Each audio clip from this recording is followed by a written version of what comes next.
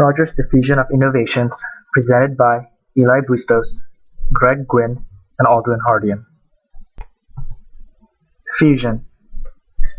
Diffusion is the spread of cultural elements from one area or group of people to others by contact. Innovation, an idea, practice, or object that is perceived as new by an individual or other unit of adoption.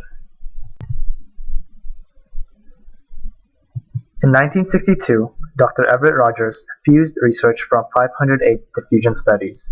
The result of this research was the basis of his book, Diffusion of Innovations. In his book, Rogers developed a theory concerning how individuals and organizations adopt innovations, be they technical, social, legal, or otherwise. Rogers' theory is built on four elements that dictate how innovation spread and become adopted. First is the innovation itself. Rogers defines innovation as an idea, practice, or object that is perceived as new by an individual or other unit of adoption. Second are communication channels. Rogers defines communication channels as the means by which message get from one individual to another. Third is the time component, which is made out of two elements: the innovation decision period and the rate of adoption. The innovation decision period is the length of time required to pass through the innovation decision process. The rate of adoption is the relative speed with which an innovation is adopted by members of a social system. The fourth and final component is the social system, which Rogers described as a set of interrelated units that are engaged in joint problem solving to accomplish a common goal. These interrelated units can be subdivided by the level of innovativeness. There are the innovators, risk-takers who adopt innovations first.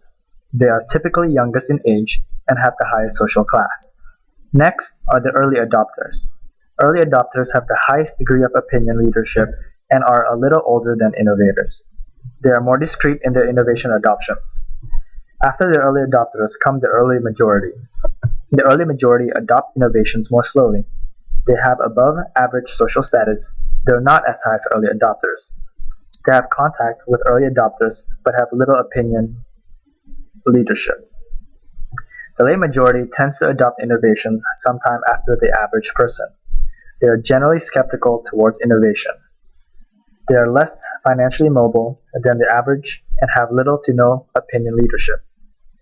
The last category, laggards, adopt innovations after everyone else. They are resistant to change and are risk-averse.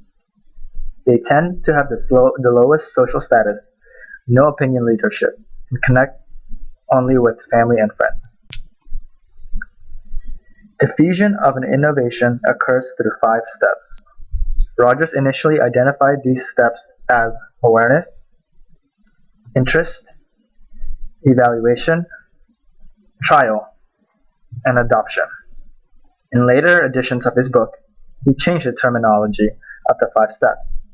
The 5 steps are now knowledge, persuasion, decision, implementation, and confirmation. In the knowledge stage, individuals are exposed to the innovation. However, they do not have sufficient information about the innovation, nor do they care to acquire it. They have yet to be inspired. During the persuasion stage, the individual or organization gain interest and actively seek out more information. They are becoming interested. During the decision stage, the individual or group begins to weigh the advantages and disadvantages of adopting innovation. Consequently, the decision stage is the first stage in which the individual or organization will choose to adopt or abandon the innovation.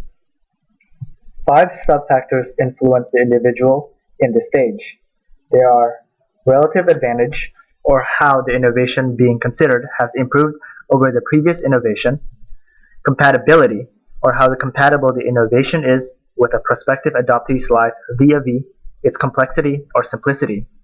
If the innovation is too complex, the individual or organization will likely abandon it.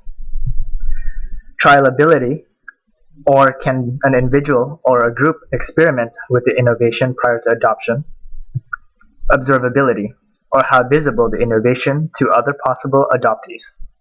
This observability can greatly influence future adoption.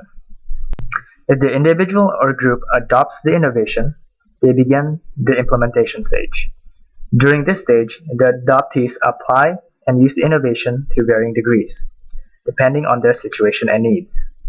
Though the adoptees have taken on the innovation, they still continue to research it with respect to its usefulness. In the confirmation stage, the adoptees are on board with the innovation and, at the very least, have employed the innovation to meet their needs. They may have also employed it to its outright full potential.